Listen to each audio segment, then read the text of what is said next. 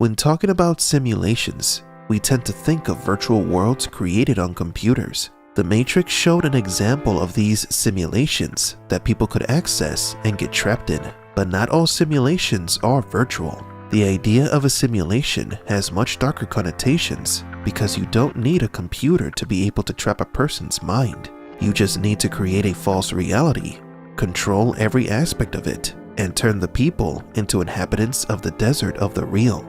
The Truman Show is one of the movies where simulation theory, solipsism, and nihilism come together. Today we're going to talk about a simulation outside the Matrix, The Truman Show.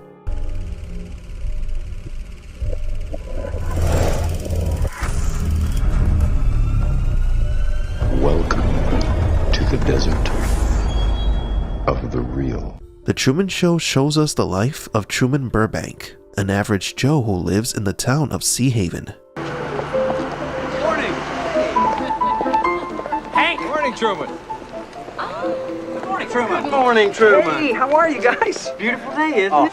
Always. Although he lives a relatively happy life, something happens that makes him suspect that things are not quite right with his life. Like Neo in The Matrix, Truman investigates and begins to realize that his life is much more complicated than he thought. In reality, Truman lives in the biggest set for a television show in the world.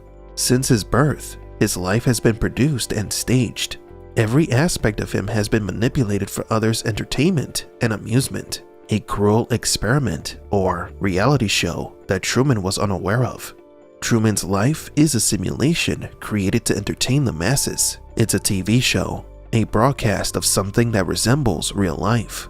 In the film, the idea of a simulacrum is represented through the creation of a false world that becomes more real than the real world. An entire human life recorded on an intricate network of hidden cameras and broadcast live and unedited 24 hours a day, 7 days a week to an audience around the globe. The Truman Show asks, how do we know that our experiences are real? That we are not trapped inside a play, and that all those around us aren't simply playing a role of a lifetime. Plato's philosophy of the evil genie refers to the idea that a demon or an evil entity can have the power to deceive a human being through his sensory perceptions, causing them to have visions or false experiences. It could control a person, and that person doesn't know it.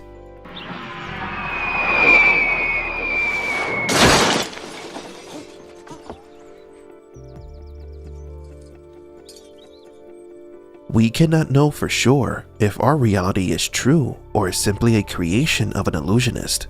The idea of Plato's evil genie can be seen in both The Matrix and The Truman Show movies. In The Matrix, the evil genie was the architect. In the case of The Truman Show, Christoph is the genie, the man who has controlled every aspect of Truman's life from birth. To understand how Truman manages to escape, we must first understand the stages that Friedrich Nietzsche describes as the stages of nihilism. Truman does go through these stages in his life. First, passive nihilism is thought to be the moment when a person loses their senses or does not accept traditional values, that they are discontent with what surrounds them, but they do nothing to change it. Truman is at this stage of nihilism at the beginning of the film when he feels dissatisfied with not being able to travel, or at least leave the city where he was born in. Morpheus was referring this stage precisely to Neo right before offering him the pills. You're here because you know something. What you know you can't explain, but you feel it.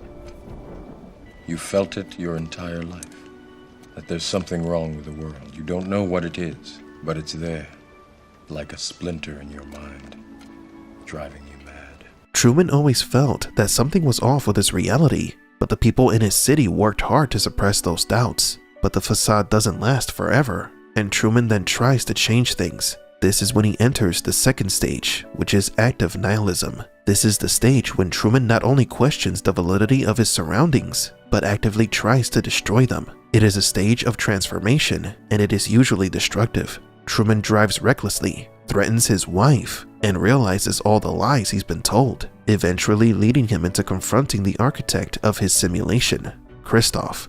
Christoph then gives Truman a choice between staying in that perfectly controlled world or leaving for the dangerous real world. A similar choice was given to Neo by the architect. and both men chose the opposite of what the creators expected. In case I don't see ya. Good afternoon, good evening, and good night. After Truman decides to abandon the safety of his false reality, he enters the stage of metaphysical nihilism. In this final stage, the person has to start creating their own values and beliefs. Another idea that the film proposes is solipsism, the idea that we can only be sure that we exist and nothing else. Truman suspects that his life is fake and that everyone around him is part of the plot. This questioning of reality is one of the main characteristics of solipsism. Truman can only know that he exists. Everything else was open to question. But like The Matrix, The Truman Show is not limited to a fictional movie with no implications for our world. The Truman Show's type of simulation exists in countries ruled by dictators. Take for example, North Korea, an oppressed society living under a dictator who claims his grandfather had supernatural powers, that nothing he does can be questioned, and that the people who live in said country are ignorant of the happenings around the world. Information and communication are strictly controlled by the government. We who live outside such countries can clearly see it's a simulation, and there are many citizens that risk their lives trying to escape from it every day, while others are either content in living in the dark or are too afraid to leave. But you don't have to live in North Korea to experience these simulations. Just turn on your TV, or maybe look out your window. No country in the world is completely free from political propaganda, media control with agendas, religions that control multiple aspects of society. All are part of multiple simulations. Today's social networks are capable of giving a person a false life with benefits, and society is increasingly losing itself in this hyperrealism. Many times you don't need to have a society under a dictatorship to be trapped in a simulation. Some slaves learn to love their chains because the system itself groomed them. In both The Truman Show and The Matrix, the protagonists face their creators. Those confrontations with the gods of their worlds is what Friedrich Nietzsche referred to as the death of God. It's when man transcends those ancient beliefs to create their own path. And it is seen in many social movements that have abandoned their traditions in search of rationality. In the end, man has created multiple simulations to evade reality or to take advantage of others. The only way to avoid falling for these simulations, or at least some of them, is to do what Truman did. Question everything we've been taught and be willing to look beyond reality. But do you agree? What do you think about The Truman Show? Did you like this Truman Show Matrix comparison analysis? We hope so, because it is the first in our new series of videos where we will be talking about other films that share similar themes, philosophies, and technologies with The Matrix. Welcome to Outside the Matrix.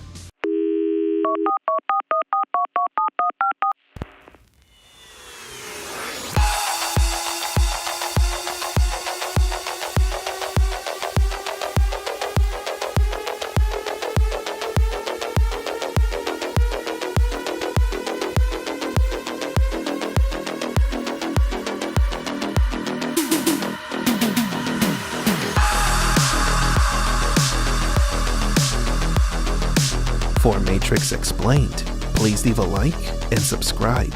And thank you for visiting the Desert of the Real.